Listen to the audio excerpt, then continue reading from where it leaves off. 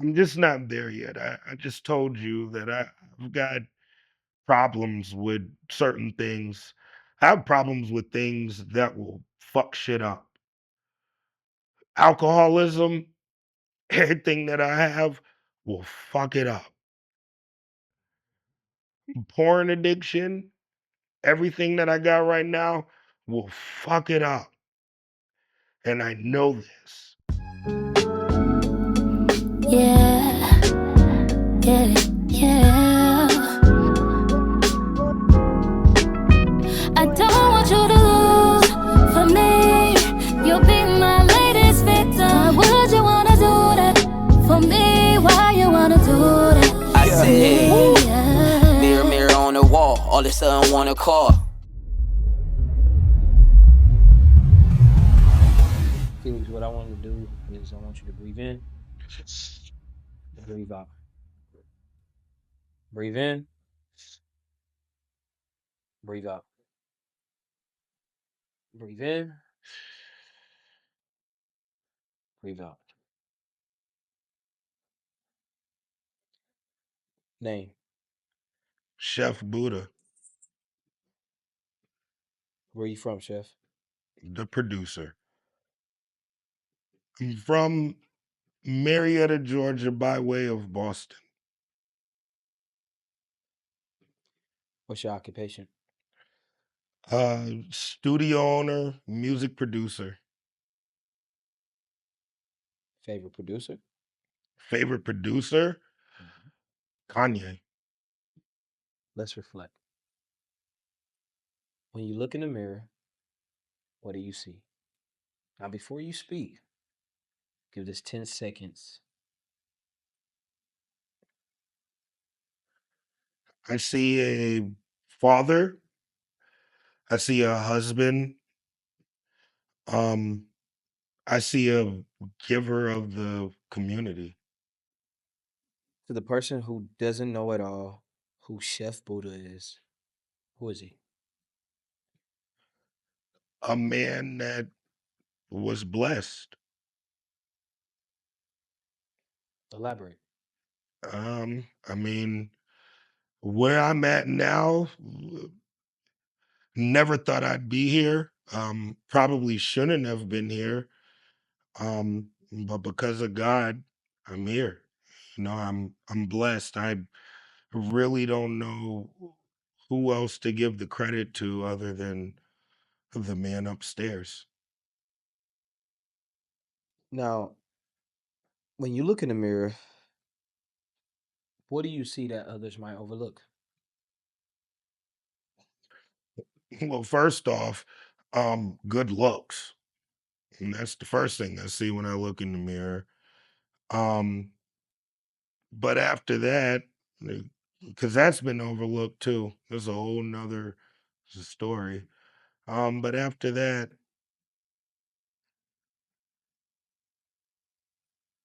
I see someone that's really just trying to figure things out.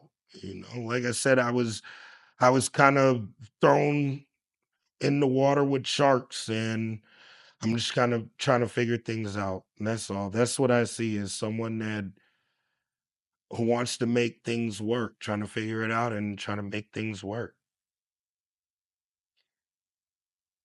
Not everybody know what that means. You said you was thrown in the water full of sharks.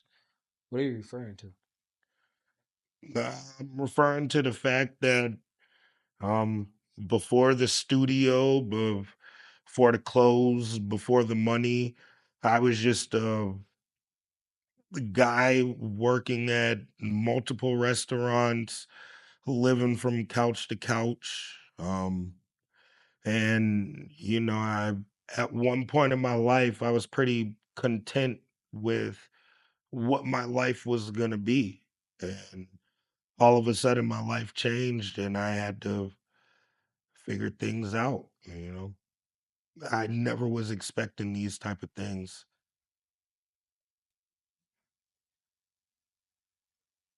What type of things are you referring to?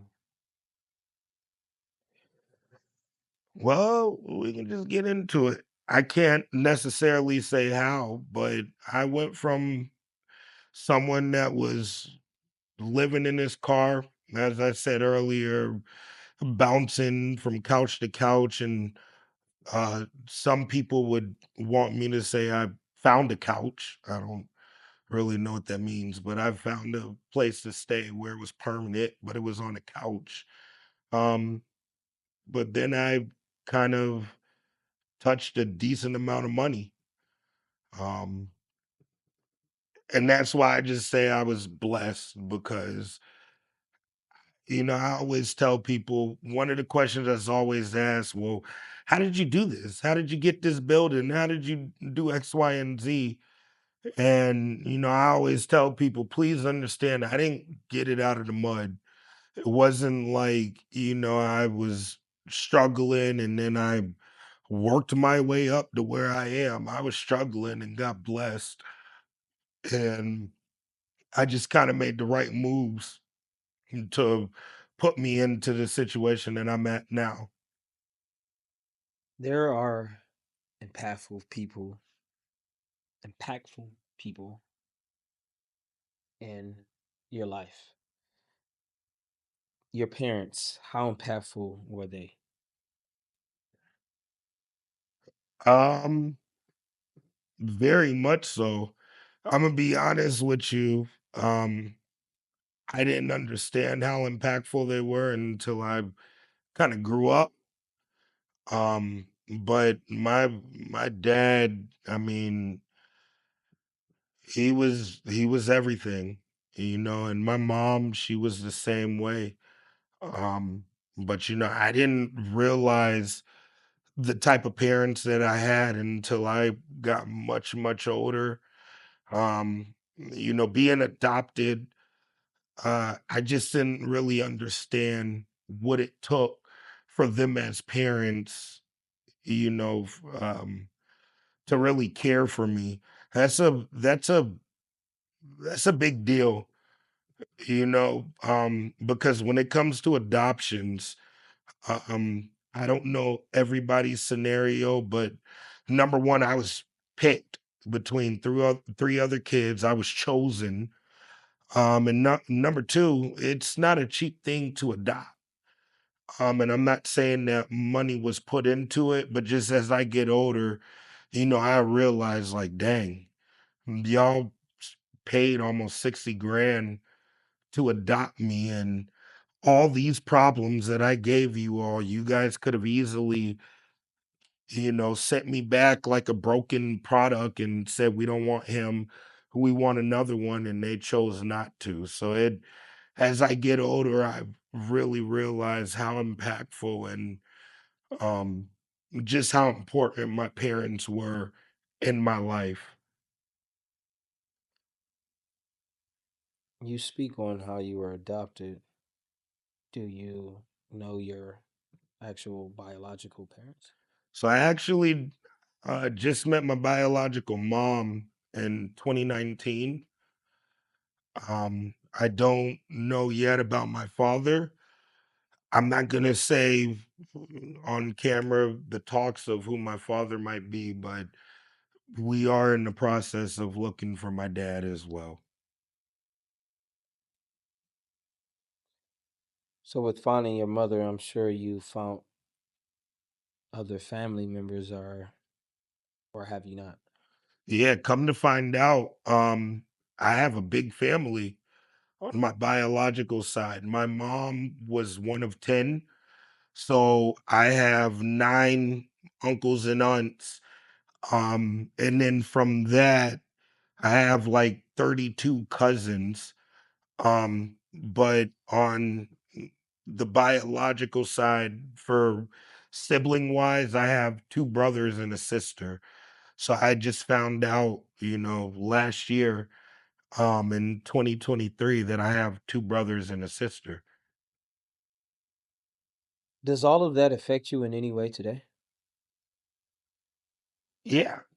Because it's a life-changing thing. I went from I had a brother, my adopted brother was 16 years older than me, and unfortunately he passed a year before my father, but I went from a 16-year older than me brother to um three siblings where we're pretty much all relatively around the same age. On top of that, we have grown to be very close.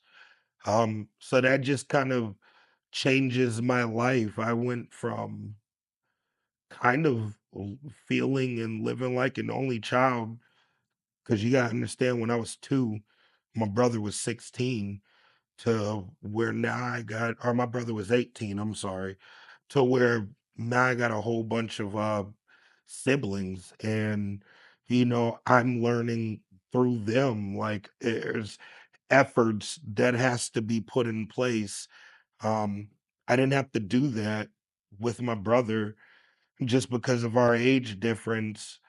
We never really related to stuff, and now having siblings that are closer to my age, it's different. I got a younger brother that does music and raps. I got another brother that also raps and is a big video gamer, and I got a sister that is into acting and modeling. All three things I'm into. Um, and sometimes it kind of makes me wonder, like, damn, how would have things been if I had these siblings, these other three people, that look like me, share the same bloodline as me, have a lot of same similarities as me? How would have life been, with them as opposed to, like I said, somewhat growing up as an only child? Because you gotta understand, my brother was 16 years older. That's why I said when I was 2, he was 18.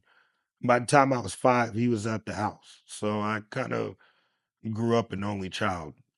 So to know that I had other siblings that are relatively close in age, it's like, damn, how could have things been different? So 2020 was different for all of us. Um, how was it for you? A nightmare. Mm. Probably the worst nightmare you could go through. January 6th, 2020, my father passed. Um, and then a couple of months after that, COVID happened. And, we dealt with what we all dealt with in COVID, being stranded in our homes. And then months later, my fiance, now turned wife, her father passed. So now dealing with a COVID, dealing with a death of my father, and then now dealing with the death of my wife's father, that was an experience for sure. Um Definitely, my wife and I, we for sure came out stronger because of it. Um but it definitely was a very tough experience to go through, for sure. Speaking of dads, how impactful was your dad? I'm gonna be honest with you, I'll never know. I can only go off of what people tell me about my father. The biggest thing that sucks about my father passing is 2019, my dad and I, our relationship was really growing. Um, my parents got divorced when I was in middle school, and there was a lot of anger behind that on my end. So because of that, from when my parents got divorced until 2019 to when I found out that I was going to be a father, I really resented and rebuked a lot of things that my father used to try to tell me and teach me and all of that. Um, and it sucks because I never really realized how impactful my father was. Um, I never really realized it until the day of his funeral. And at his funeral, it was well over 300 people there. Um, that was big to me, because a lot of people, I've been to other funerals before, and a lot of people, they don't have that amount of people at a funeral. My dad's funeral was big. I mean, he had big time people pull out to the funeral. Um, and from that, it just kind of allowed me to realize the type of father that I had. They always say, well, this doesn't necessarily apply, but it does. You don't really know what you have until you lose them. And just going through what I go through today, it's like it's like, damn, I had like a Michael Jordan, the GOAT of the business, to give me advice, and I turned it down. It's like turning down advice from Michael Jordan as a basketball player. That's kind of how I feel now. Now running his business and running other businesses, the first person I want to hit up is my dad. And it wasn't always that way. Um, but it's became that way. And now I don't have that person to call. And it's just allowed me to realize, like, damn, this was a really, he was dropping gems and you was just ignoring it. And that's just kind of how I feel. I'll never know how impactful my dad could be because I never really gave him the chance to be impactful in my life. Chef Buddha admitted, you are addicted to what?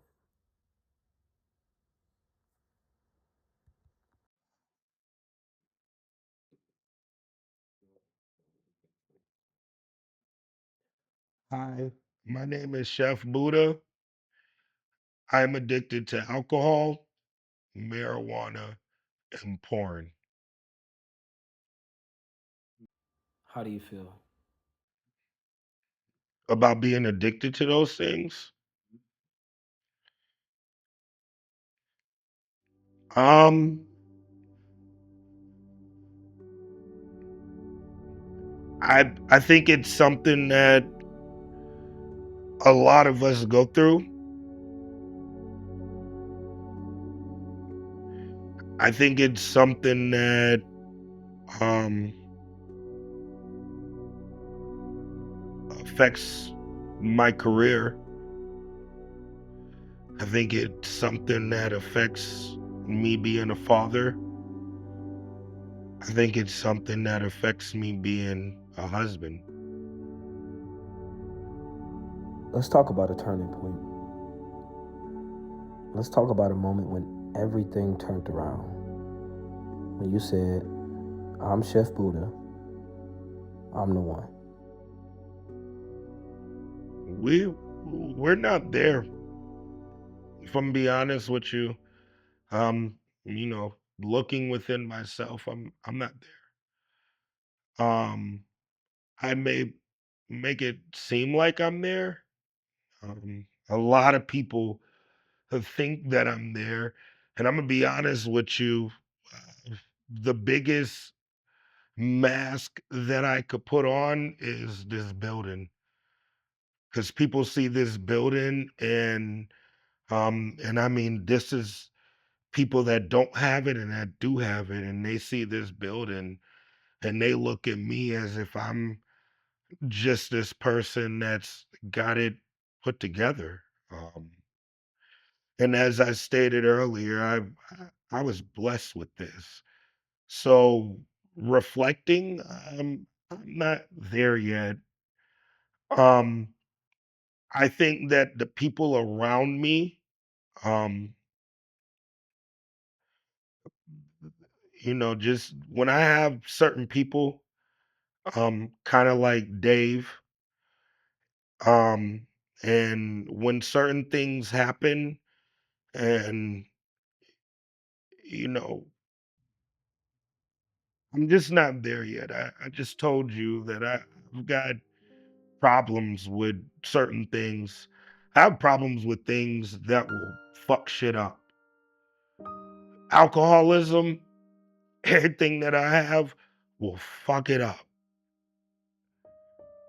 Porn addiction, everything that I got right now will fuck it up. And I know this. Um, so just being real, I am not there yet to where it has clicked. I am still kind of in this I can't believe it moment. I can't believe this is happening. I need someone to pinch me, smack me, do something, wake me up. I'm not there yet. I'm not.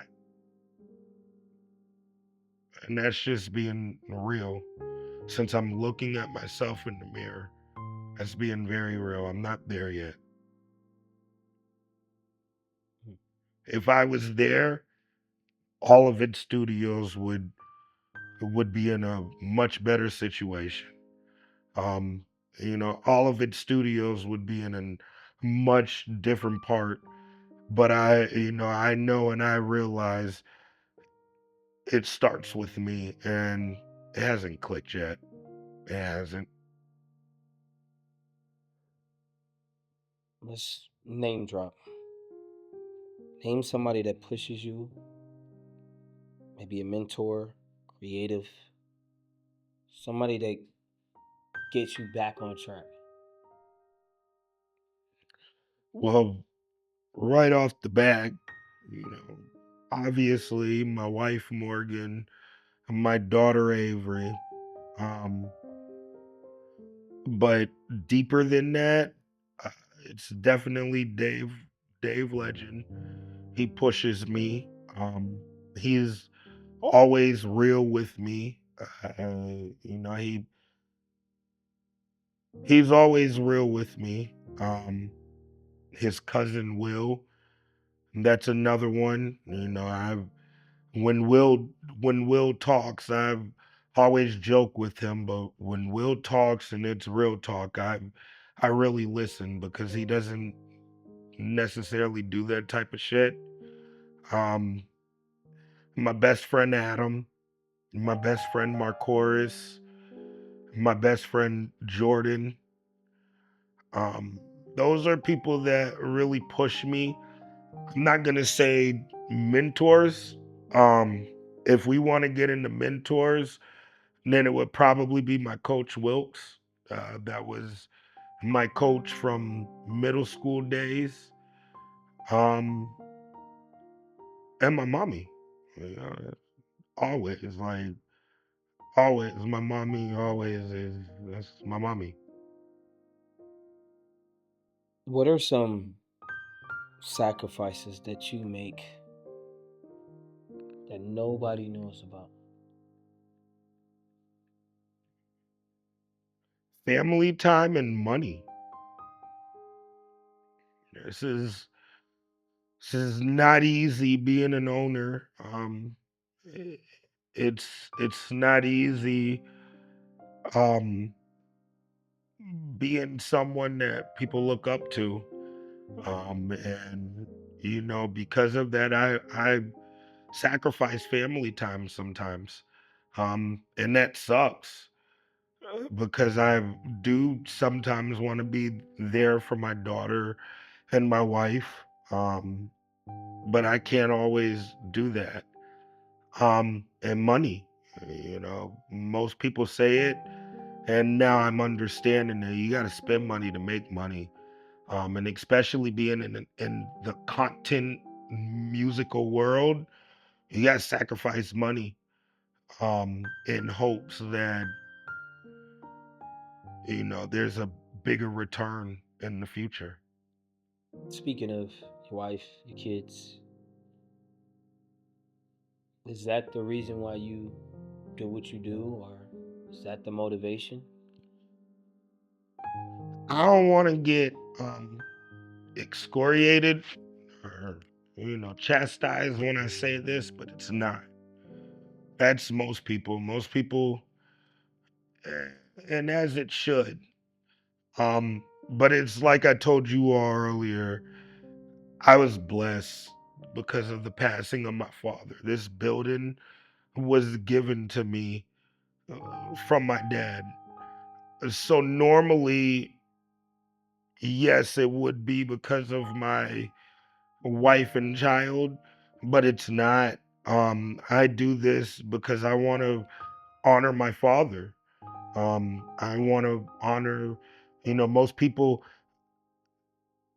don't, most of us, if I'm gonna get into it, most of us black people don't have a legacy to leave their kids. Um, to be able to have a building with my last name on the front of it, that's big. And most people don't have that opportunity. So, yeah, for most people, I do it for my kids, I do it for my wife, I do it for my family, and yada, yada, yada. And that uh, should be what it's for. That is my 1B, but my 1A is to honor my father. Because if it wasn't for him, I would not have had this. So number 1A is dad. 1B is, family, wife, kids, and the Felix and O'Neill family. Speaking of the building, you talk about the building a lot. All of its studios. Tell us more about that. Um, it's it's a dream that I've had um, pretty much damn near my whole life, and it's a part of other people's dreams as well, but mainly ever since I was a kid in the 6th grade making beats, I always wanted to own a studio. um, Doing music and just the creative arts has always been something that I've wanted to do. It's always been something that I've had an infatuation with. So all of its studios is really just uh, me trying to live out my dreams. And I've ended up along the ways finding other people that have the same dreams as me. So it's, us trying to live out our dreams. Chef Buddha, to this kid that's got caught up in some mess and had to go to juvenile. He's about to be sentenced to 2 years in juvenile. What advice do you have for him? To a kid doing 2 years of juvenile, do your time. And now to younger me, um, yeah, focus on school. During that time, I'm not gonna say that school is everything. I'm a firm believer of, college is not for everyone. Um, but at least had I had taken school a lot more seriously during that time, some of the things that I would have went through after graduation could have been avoided. And I think that probably would be the biggest thing. Avoidable problems, avoid them. Problems are gonna happen, shit's gonna happen, stuff's gonna happen. But avoidable problems, do the best that you can to avoid them. Cause shit that I went through in high school, they were avoidable problems. I ain't have to go through those things. But, you know, it was me trying to be the class clown, or me trying to be Mr. Popularity, or me trying to be the hardest dude in school, and you know, that affected me after high school. Um, so I would just have to say, avoidable problems. Avoid them. Me going to juvenile, that was an avoidable problem. I didn't have to fight. That was avoidable. That's what it's about. You went to juvenile Yeah, how 3 times. long? 3 times? Yeah, I went to state YDC and Metro twice or once. Went to state twice, Metro once. How long? The longest, I don't remember all the times, but the longest that I did was 7 months. What's next, bro? You got the studio. You're a producer. You're doing some big things. What's next?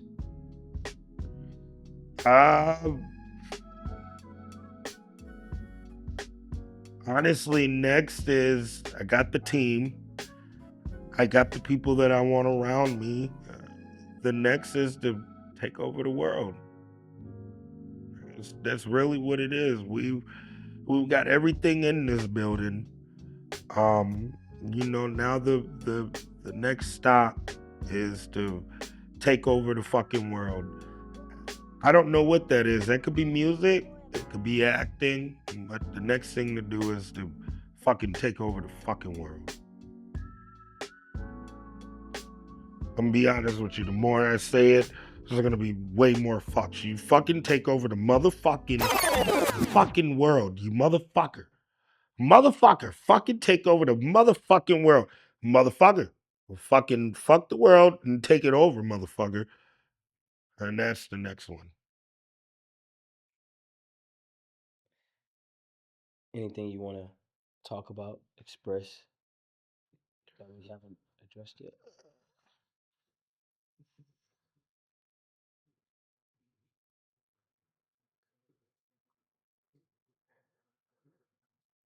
Um, I think the biggest thing is for me is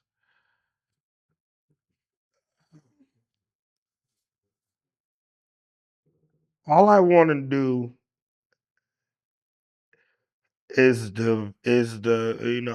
I'm blessed, as I always say. If I don't make it, I don't make it. Now I'ma try, and I'ma die trying. Um, but I'm gonna do it with people. I'm not gonna just do it by myself. I One of my biggest things is, like I've said, is I got blessed, and just my biggest thing is I want to be able to bless others. Um, and I think that's one thing that a lot of successful people miss is you got to remember who you are and whose you are and where you came from. And I'm not sitting here by no stretch of the imagination. Am I sitting here trying to make it sound like I came from no tough hood shit? But I came from some shit, and there were people that helped me along the way. And I just think my biggest thing is when you get to that point, it is very big that you don't forget that. It's the only way that it keeps up for you. I bless people all the time, and it's wild because I'm not gonna lie. I pray to God sometimes, and I do ask him, why you keep blessing me? Like I haven't been blessed, but why do you keep blessing me? What about these other people? What about this person? You know? Um, and I just think the biggest thing is the blessings are gonna keep coming. As long as the reason and why you bless people is not for an ulterior motive and you do it just to do it. When I bless people, I do it to do it. I don't do it on film. I don't do it for lights. I don't do it for looks. I do it off the sole strength of I want to help us. These people get enough help. They get enough help. Their parents help them. Ass majority of these motherfuckers, they get to live with their parents until they in their 30s. Most of us, you gotta be out by 18, you gotta figure it out. And when you figure it out, don't have that attitude of, I figured it out on my own, so now you gotta get it. Have that attitude of, let me show you how I did it. Let me help you. Because being in this position, and Kevin Hart said it, and he was real, being a successful person, being a person that has money, it's boring alone. Because when I want to go out, when I want to do things, when I want to do stuff, it's me. But you put your people on with you, the people that you care about, the people that you fuck with, now you can call and say, hey, Dave, let's fucking take this trip with our family. All right, let's do it. But a lot of people, they got this, well, I got it on my own. Ain't nobody helped me. You got to figure it out. And that's not how it works. One of my favorite movies is Planet of the Apes. And his thing is apes alone, weak. Apes together, strong. And y'all remember this. Black folks together, strong. That's all I'm trying to do, man. I'm trying to get as many of us as I can and make a fucking powerhouse to where, like I said, we can take over the world. Because that's what's next. You're going to get tired of seeing me. You're going to get tired of seeing Dave. You're going to get tired of seeing these motherfuckers. But you're not going to be able to stop us because we're too strong. And that's what I got. Appreciate you, bro. Hey, man, I appreciate you. I didn't Thank cry. you for opening up, man. That's what I was. You opened up, man. I appreciate that. You opened up for real, for real. Yes, sir. Actually, the most that anybody ever opened up. Yeah. Now I got to use the restroom. Oh, you got to pee already? No, you ain't seen me this whole time. Shake it. I have more. I was like, end this because you're about to pee on your pants on camera. Now that would have been a thing. Had I peed on my pants, then you went viral. Shit. Then you went viral. You did that. You should have peed. You should have peed. I would have loved if you peed. If I would, you saw something good just running down.